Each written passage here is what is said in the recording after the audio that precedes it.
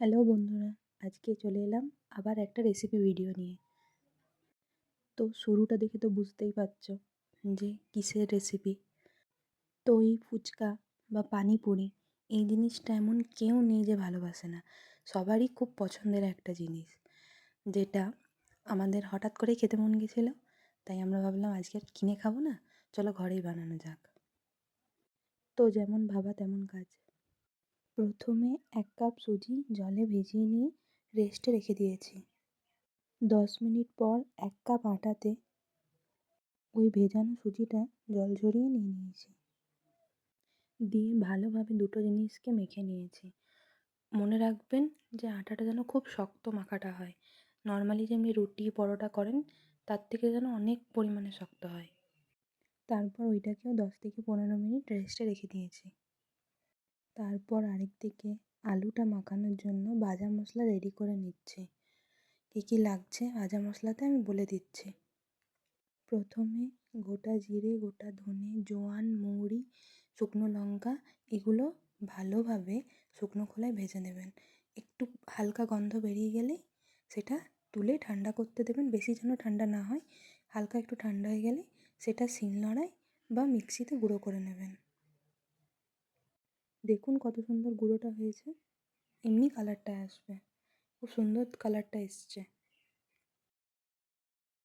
এরপর আরেক দিকে আলু আর ভেজানো ছোলা সিটি দিয়ে নিয়েছি প্রেসার কুকারে।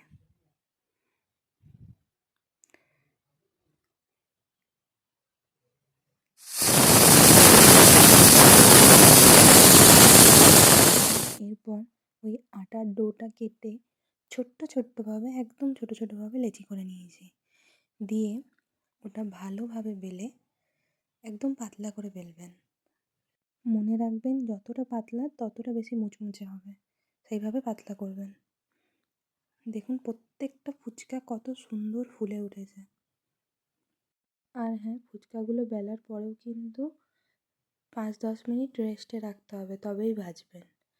এরপর আরেক দিকে ধনেপাতা, কাঁচা লঙ্কা, তেঁতুল একটু জল দিয়ে মিক্সিতে ভালোভাবে পেস্ট করে নিয়েছি।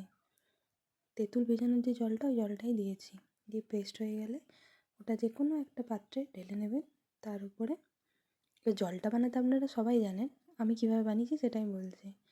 তারপর একটু গন্ধরাজ লেবুর পাতা আর জল জিরে, নুন ভালোভাবে মিশিয়ে নেবেন। আপনারা চাইলে কাগজি লেবুও দিতে পারেন, কিন্তু আমার কাছে ছিল না তাই আমি দিইনি। আমার তেঁতুল জল রেডি হয়ে যাওয়ার পর এরপর আলুটা মাখিয়ে নিচ্ছি।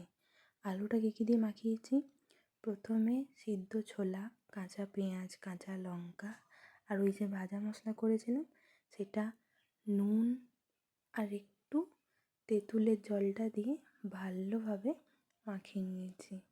দেখতেই তো পাচ্ছেন কত সুন্দর লাগছে। আর উপরে একটু ধনেপাতা ছড়িয়ে দিয়েছিলাম।